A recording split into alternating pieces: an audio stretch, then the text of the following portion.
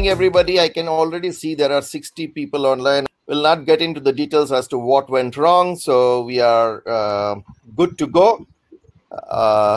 And thank you for being with us for this, what we are now trying to call the Friday 8 p.m. sessions. We hope to make this a regular event for coming for every Friday. And this is happening courtesy some of the requests from Dr. people Simantika.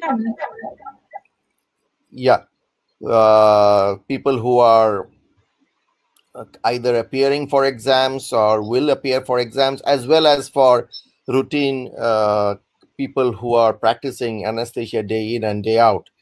So some of the topics will be exclusively meant for postgraduate students, but they will always have a slant for use by the practicing anesthesiologist as well. Anyway, without getting into much of the nitty-gritties as was to what we intend to do in the future, let's talk about what we intend to do over the next maybe a year and a half. Okay, so what we will do is we'll have two kind of sessions tonight.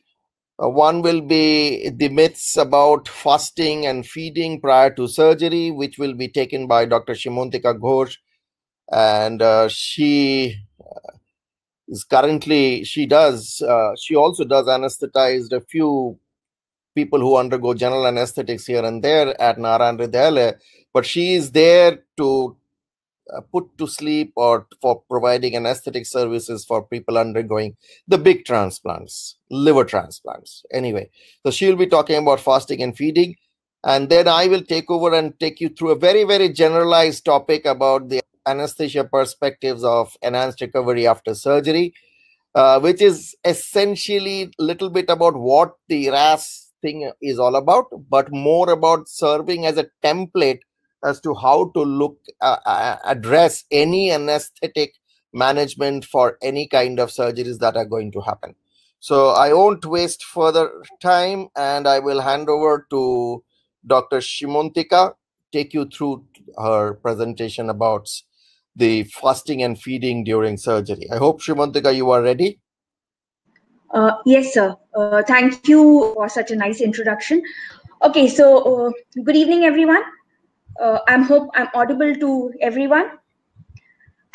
So the novel coronavirus, it has brought us to this novel platform where neither can I make eye contact with my audience, nor can I find out if I'm making them yawn. Nevertheless, I'm extremely grateful to my teacher, Dr. Shoikat Sengupta, for providing me this first-hand novel experience. And of course, the HCV Forum, represented by Ms. Joyati, for this opportunity. So tonight, I'm speaking on a very simple topic. But before that, I would request all of you to please mark your responses to the poll questions. There are just 3 of them.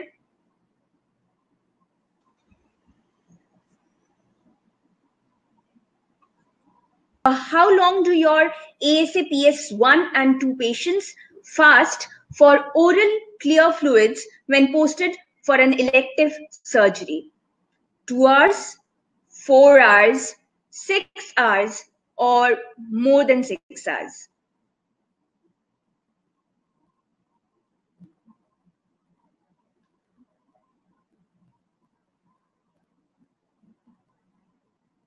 Okay. So the next one, do your patients receive intravenous fluids when they are nil per oral? The answers would be yes or no.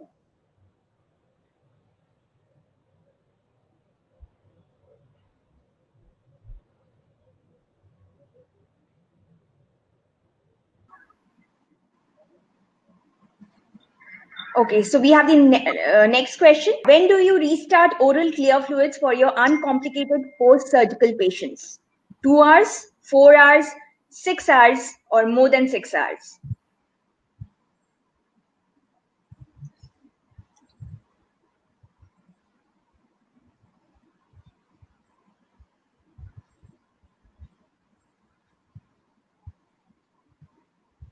Okay.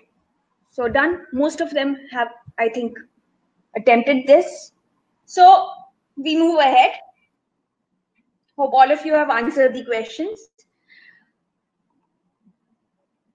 Now, let's go back a little into history and find out where this all started, the concept of fasting.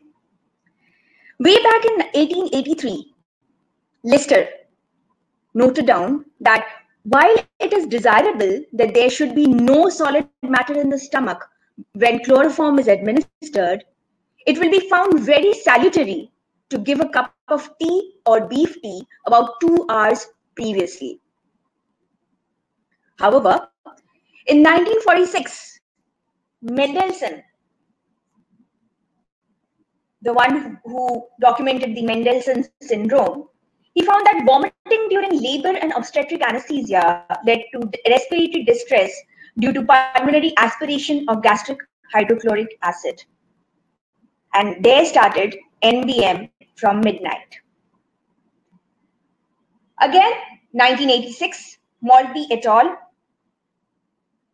Giving patients a drink of water up to 3 hours before surgery did not increase the gastric volume or acidity of gastric contents. The first death usually attributed to pulmonary aspiration following anesthesia was recorded in a young girl way back in 1848 and apparently occurred when brandy was poured in her mouth to resuscitate her at the end of chloroform anesthesia. In Mendelssohn's classic paper that introduced the concept of acid aspiration syndrome, he reviewed the notes of around 44,000 pregnancies in which 66 patients developed pneumonitis. But interestingly, even in an era lacking intensive care, none of them died from this. The only 2 deaths that were found were due to upper airway obstruction from solid food pieces. So now, why do most hospitals ignore guidelines on fasting before surgery? Even literature reviews show that patients are not following the adequate guidelines. They are inappropriately being fasted prolonged.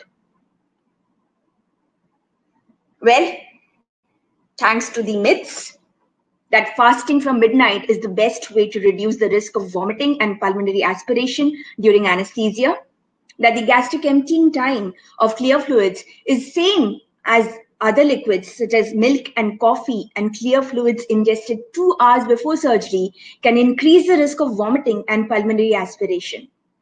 That there is no harm in keeping patients fasted from midnight, and changing the fasting guidelines will cause confusion among patients and lead to cancellation of scheduled operations.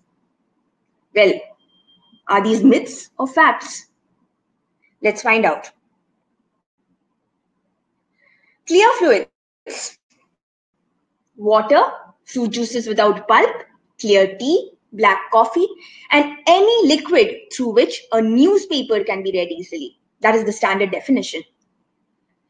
When given within 2 hours of surgery, it benefits patients by increasing their comfort, decreasing their incidence of perioperative dehydration, hypoglycemia, and vomiting. Yes, of course, intravenous fluids given during the fasting period can correct the deficit, but it does not relieve the patient's dry mouth and feeling of thirst. Overnight fasting has been shown to cause post-operative insulin resistance and immunodepression. The measurement of cardiac output and oxygen delivery in this era has allowed the recognition of the detrimental effects of dehydration and has also prompted clinicians to extrapolate that a patient arriving for surgery in a dehydrated state was not only detrimental to the patient's comfort and well-being, but also had undesirable physiological consequences, even if they were otherwise healthy. This has led to numerous studies demonstrating that free clear fluids could be safely administered until 2 hours before surgery in adults. The incidence of pulmonary aspiration has been found to be low, with morbidity and deaths very much lower. However, the fear of aspiration and the concept that the longer the fast, the safer it is for the patient has led to excessive preoperative food and fluid restriction. In the 1980s, they developed an appreciation that excessive fasting is not only unnecessary but also detrimental. Gastric pH, as well as the volume of the contents, is important in determining the severity of any pneumonitis. But don't forget that acid secretion continues even during fasting. For clinically significant pulmonary damage to occur, a critical volume and acidity of gastric acid must be aspirated. These were set at 25 ml, that is more than 0.4 ml per kg, and a pH of 2.5 by Roberts and Shirley. However, these results were derived only from the report findings in a single rhesus monkey. So further systematic animal experiments were taken, and they suggested a higher critical volume of 50 ml, 0.8 ml per kg. Very recently, a 1.5 ml per kg limit has been promoted based on a pragmatic evaluation of the prevalence of comparable gastric volumes in nil-by-mouth patients and the very low incidence of gastric aspiration.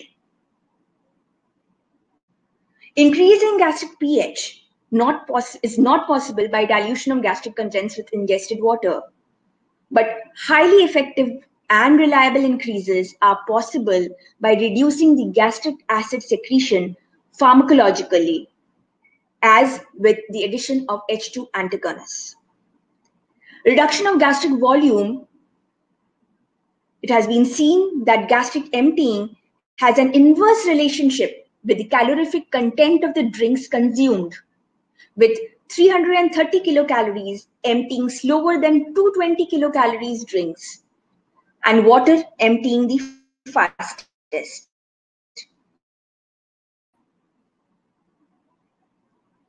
So there is an approximate exponential decline of stomach content volume with time, with water having a half-life of about 15 minutes, beef extract 20 minutes, and tea with milk 25 minutes.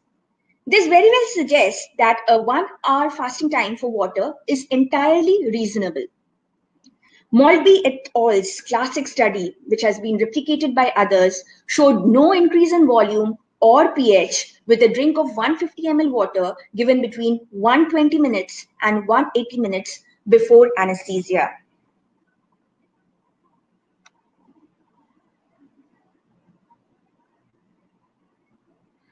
However, there are relative contraindications to this 1 hour fluid regimen, and they include gastroesophageal reflux either being treated or under investigation, renal failure, some enteropathies, esophageal strictures, achalasia, diabetes mellitus with gastroparesis, and or surgical contraindications. So what next? Is it enough that we give our patients clear fluid, water, just 2 hours before surgery? Would that suffice for a good perioperative outcome? Let's see. Cuthbertson's landmark studies, all of us have heard about it.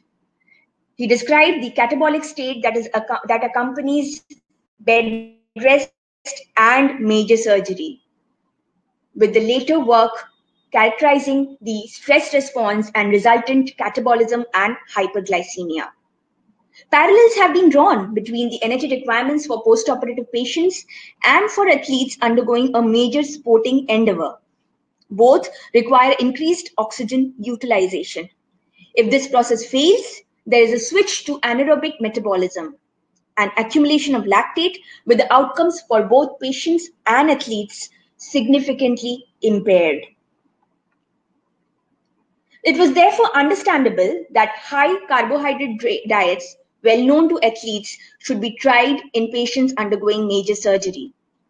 The standard definition of a carbohydrate load is at least 45 grams administered less than 4 hours before surgery. A commonly used formulation is a 50-gram sachet diluted to 400 ml to make a 12.5% drink. with an osmolality of 135, containing 200 calories. The key composition of oral carbohydrates is maltodextrin polysaccharides that are emptied reliably from the stomach after 2 hours. However, we again have a dilemma here. What about diabetic patients who are at risk of both disturbances in plasma glucose control as well as pulmonary aspiration if they have coexisting autonomic neuropathy?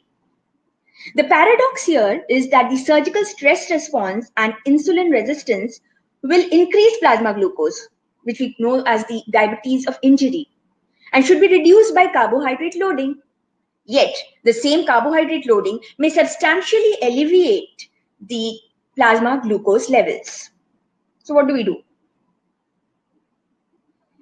As we know, hyperglycemia is a key marker of perioperative outcome and causes increases in rates of infection, reoperation, and death. Yet when plasma glucose is controlled with insulin, there is no increase in the incidence of these adverse effects. However, though data is scarce, but we have one study which was performed in 25 patients with type 2 diabetes mellitus with no evidence of autonomic neuropathy. And in these patients, although the peak plasma glucose was higher in the diabetic patients than the non-diabetic controls, this feature was short-lived. So there's hope. Alternatives in diabetic patients are to administer carbohydrates as well as normal medication and or insulin, or consider the use of alternative drinks such as glycemic endothelial drink, which contains less of maltodextrin as well as citrulline, and which may lead to reduced gluconeogenesis. But we are anesthesiologists. We cannot change our practice just like that. We need objective evidence. So how do we get objective evidence? By measuring the gastric volume. So methods to assess gastric volume include nasogastric aspiration, isotope labeling, co-absorption of paracetamol, MRI, and ultrasound. Of all of these, only ultrasound is of clinical utility with a good correlation with isotope scintigraphy.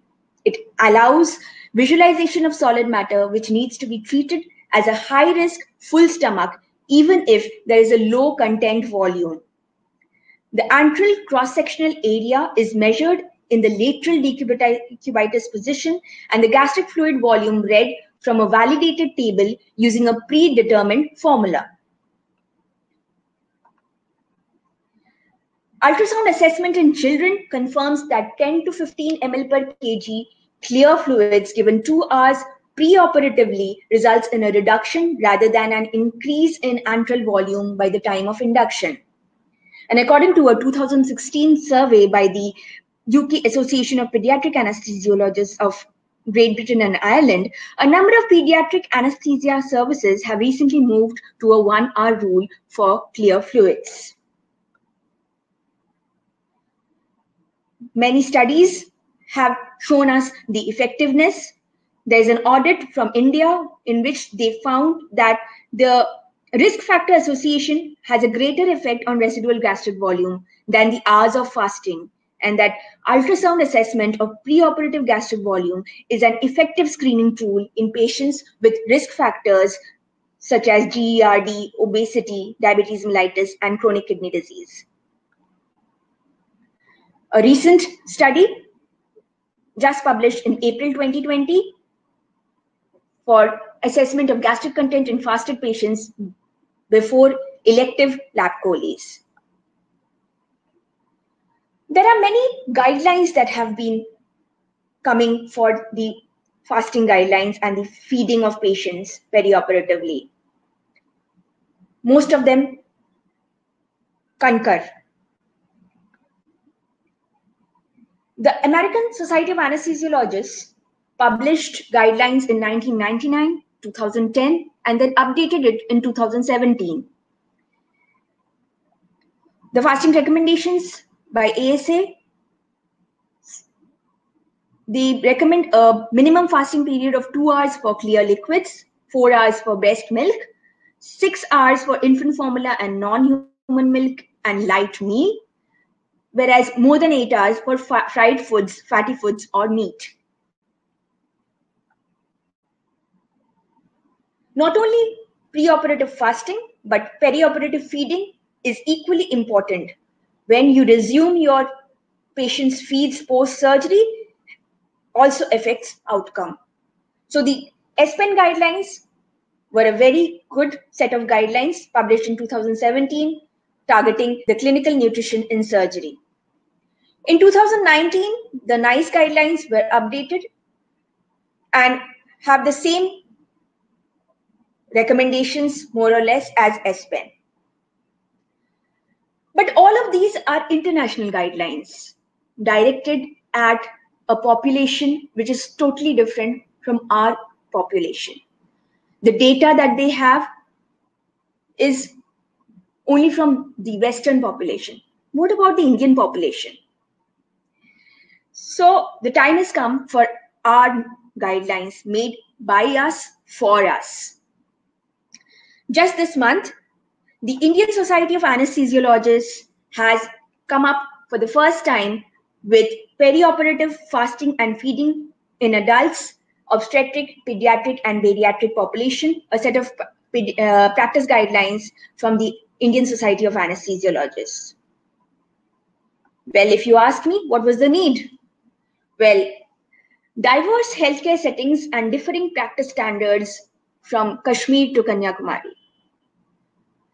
Patient population varies in terms of food items consumed with a variable fat content, caloric content, and nutrient composition. The socio-cultural, geographic, and economic factors also play a role in the food habits. The available international guidelines do not apply uniformly across the SAARC countries, and very few evidence addresses the problems that are peculiar to this region.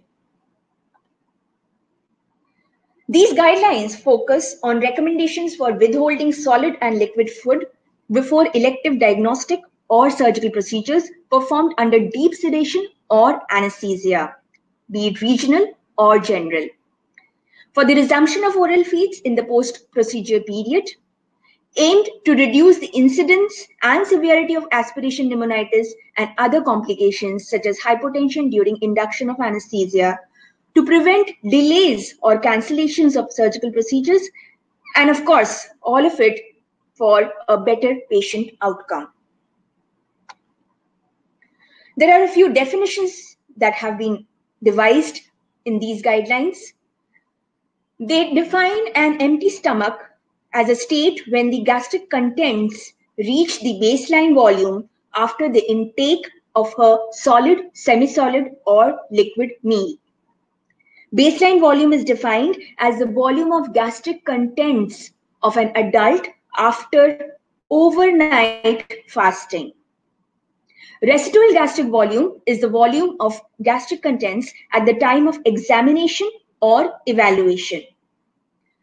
A full stomach is the presence of solid content or a state of increased volume of the liquid gastric contents above the baseline volumes after the intake of a solid, semi-solid, or liquid meal.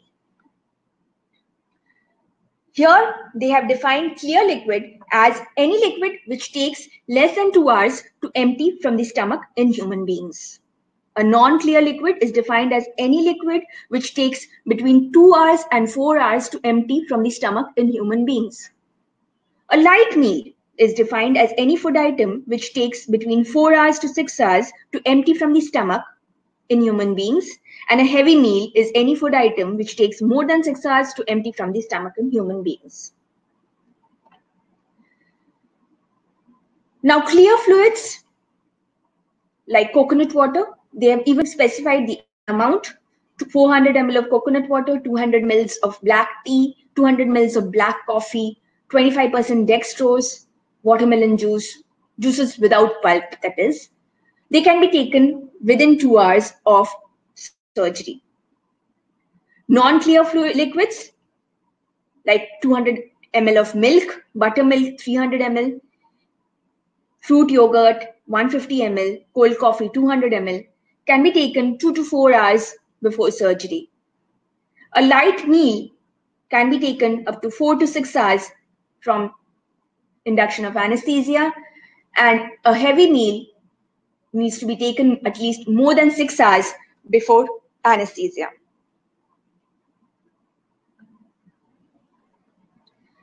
Now, as per the recommendations, a strong recommendation for adults that clear liquids should be allowed up to 2 hours prior to administration of sedation or anesthesia. Strong recommendation that a heavy meal consumption is not advisable the night prior to surgery. Again, a strong recommendation that routine use of aspiration prophylaxis in adequately fasted patients is not advisable prior to administration of sedation or anesthesia. Coming to the obstetric population, heavy meal consumption is not advisable the night prior to surgery, and pregnant women requiring sedation or anesthesia should be administered aspiration prophylaxis. Clear liquids can be allowed orally 8 hours after cesarean section under regional or general anesthesia. Consumption of water up to 3 ml per kg should be allowed until 1 hour prior to administration of anesthesia in the pediatric population. And the oral consumption of clear fluids in the postoperative period should be resumed at the earliest where no medical or surgical contraindications exist in the pediatric population.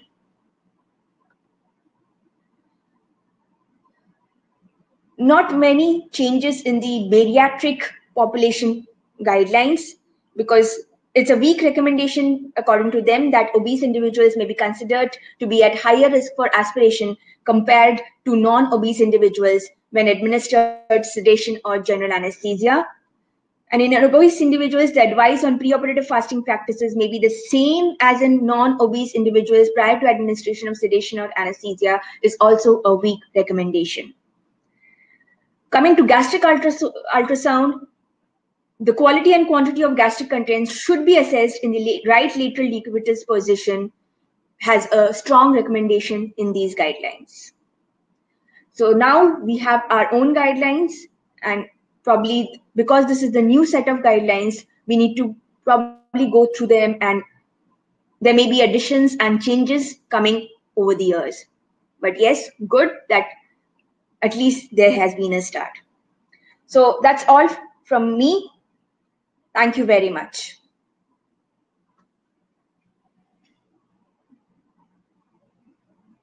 Okay, thank you, Simantika. Thank you, sir. Am I audible? Okay, I think people, not many questions as yet. I think too early in the evening, possibly. Dr. Apurva is asking, what is the definition of the carbohydrate load that you mentioned? She possibly missed it in the slides. Okay.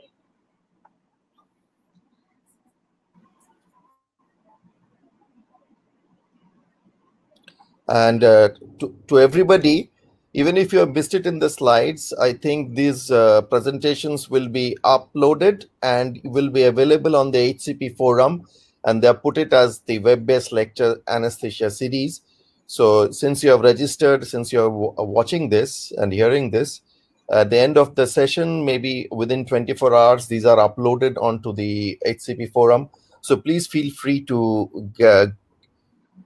go to the website and follow the link, and you can, if you have missed anything, you can see it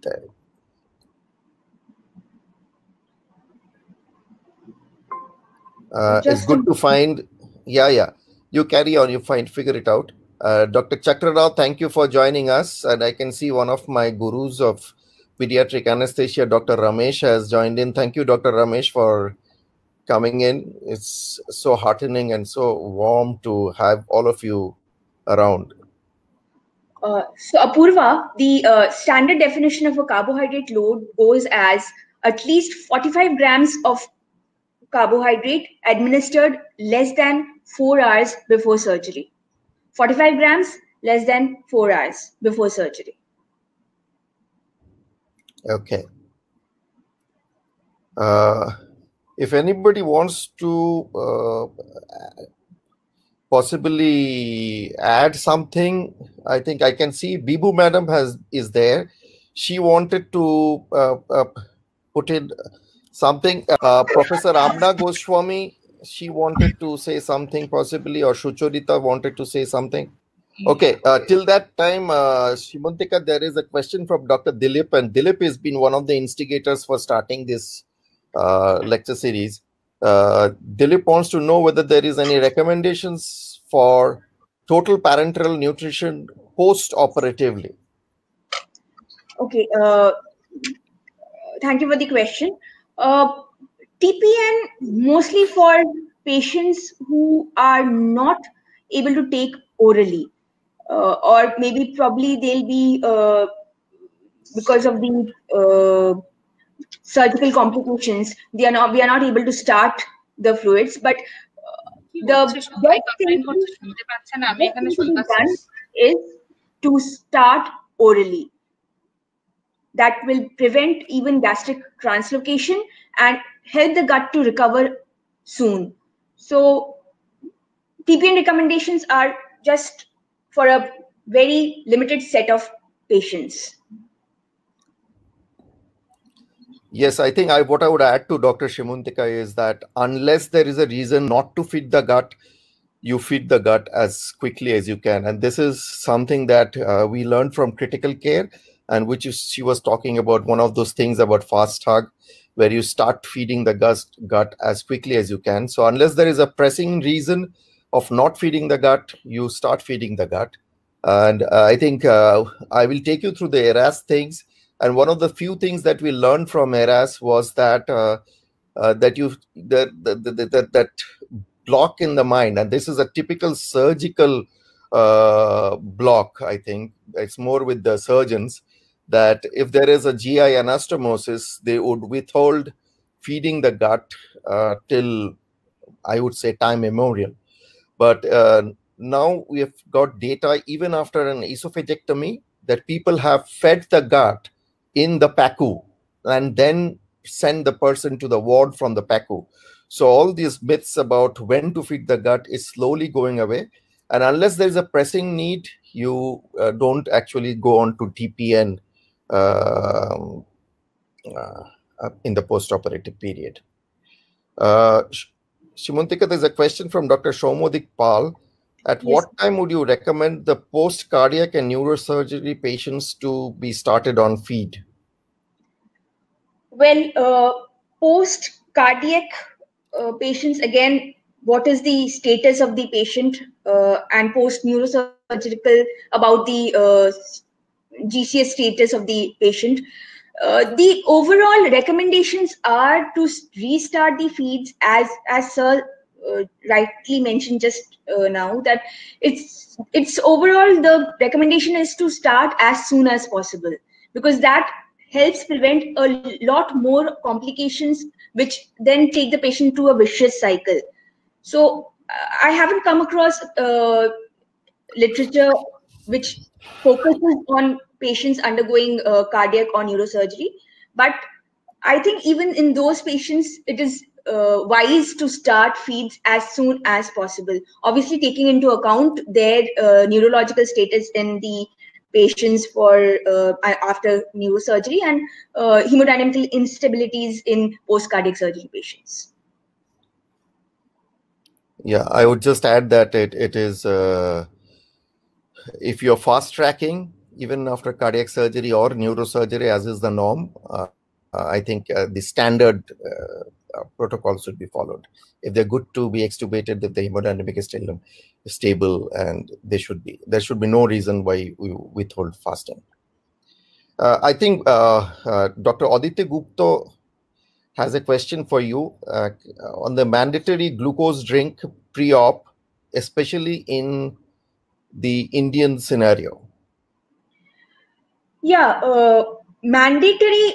We can't. I don't think we should term it mandatory. Yes, but I know of quite a few institutions which are following the ERAS protocol, and they are giving preoperative oral carbohydrate loading before not only major surgeries, but I also know of institutions where they are giving oral carbohydrate loading before endoscopies. because that has been shown to have better peri-procedural or peri-operative outcome. There are also institutes which are using not only if I mean a few years back when oral carbohydrate solutions were not so available, they were also using some glucose drinks, and a few institutes I know were using Apifizz 2 hours before surgery. So it is being done in India. Yes, it is being. I know institutes which are doing. Yeah, I think I can tell you what as to what we used to do, and we still do it, and I find it pretty effective. Is just have that 25% dextrose, 25 ml, those ampules. You break two of them and give it in a glass of water, and let them have it. It's good enough. If you don't have anything, I am a little skeptical about the fizzy drinks, because I think I would not be happy to have them having a carbonated drink. And I think Simantika, Dr. Amna Goswami wants, Madam, it's lovely to have you. So nice to have all of you with us. Amna Madam wants to know what exactly would you define by a clear fluid? Okay, ma'am, thank you for joining. And reading a newspaper through the fluid, actually, that was the definition that was taught to me by Rudra sir when I joined anesthesia. That was the definition of clear fluid that I was taught. But yes, now the latest guidelines by the ISA, according to them, they have defined clear fluid as a fluid which is emptied, which has a gastric emptying time less than 2 hours. Okay. I think Dr. Nilobruto Ghosh wanted to know, is it recommended or is it possible to administer sodium citrate as an anti-aspiration prophylaxis in our setting?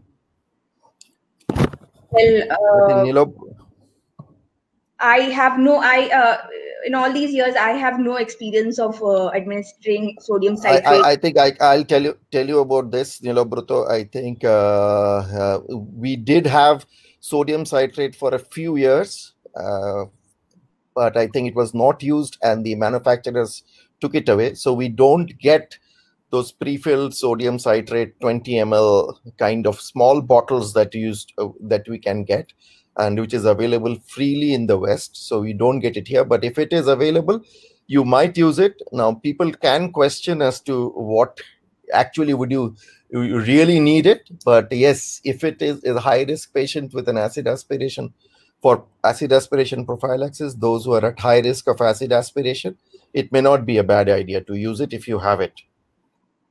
Okay.